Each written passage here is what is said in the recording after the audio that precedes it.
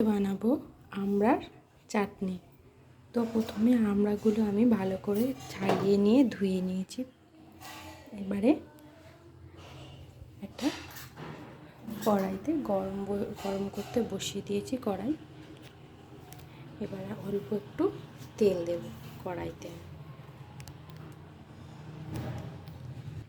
কড়াইটায় তেল দিয়ে কড়া গরম হয়ে গেছে। এবারে আমি এখানে এর মধ্যে দেব একটু গোটা সর্ষে, একটা শুকনো লঙ্কা, একটা তেজপাতা, আর দেবো একটু স্বাদ মতো লবণ, আর দেবো একটু চিনি, মিষ্টি। তো আপনাদের স্বাদ মতো মিষ্টি দিতে পারেন। আর এপাশে আমি একটা কড়াই বসিয়ে দিয়েছি অলরেডি।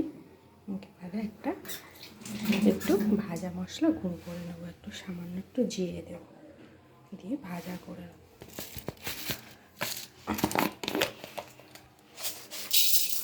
একটু ভাজা মশলা করে নেব। মশলাটা আমি ভেজে নিয়ে রেখে দেবো। মশলাটা আমি একটু হতে দিলাম। এদিকে আমি শুকনো ফোড়ন দেবো, গোটা সরষে,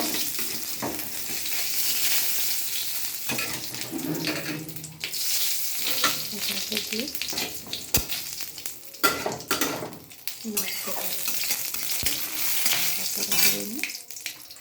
এই যে ধুয়ে রাখা আমড়াগুলো এর মধ্যে দিয়ে দেবো। পাকা আমড়া দিয়ে সবচেয়ে বেশি ভালো হবে। আমড়াটা দিয়ে আমি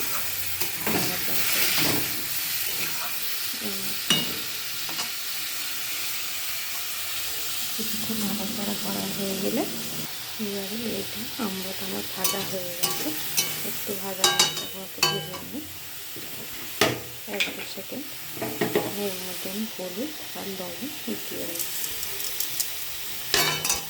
সামান্য একটু লবণ আর একটু হলুদ দেবো কালার হবে। তারপর একটু জল দেবো। তলায় রেখে লেগে আপনারা যেমন জল খাবেন তেমন একটু জল দেবেন। চাটনিতে একটু ঝোল হলে ভালো হয়। এখানে আমি একটু ভাজা মশলা করে রেখেছিলাম, এটা এবার আমি ব্লেন্ডারে দিয়ে গ্রেট করে নেব।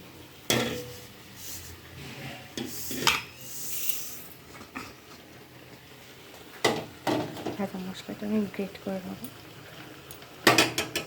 শুধু গোটা জিরে, আপনারা এতে গোটা ধনে ও শুকনো লঙ্কাও ভেজে দিতে পারেন, অপশনাল। তো এটা আমি এবার গ্রেট করে নেব। চারিদিকে এবার এই বুদবুদ এটা ফুটতে থাকলে এবার আমি চিনিটা এর মধ্যে দিয়ে দেবো। আপনারা চিনি নেবেন আপনাদের স্বাদ অনুযায়ী। মিষ্টিও একটু দিলে ভালো হয়, চাটনিটা একটু মিষ্টি মিষ্টি ভালো লাগে।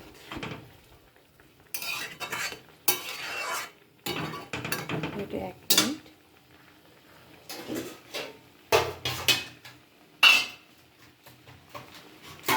মিনিট একটু ঢেকে দেবেন, দিয়ে একটু ফুটতে দেবেন। এবার আমি ঢাকনাটা খুলে নেড়ে দিয়ে মশলাটা ভেজে রেখেছিলাম এইটা এর মধ্যে দিয়ে দেবো। 1/4 চামচ স্পুন ভাজা মশলা দিয়ে একটু নাড়াচাড়া করে নেব।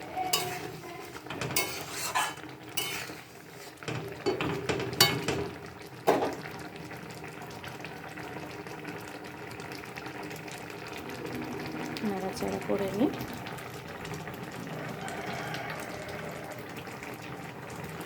আমার পুরো রেডি আমড়ার চাটনি, পাকা আমড়ার চাটনি পুরো রেডি।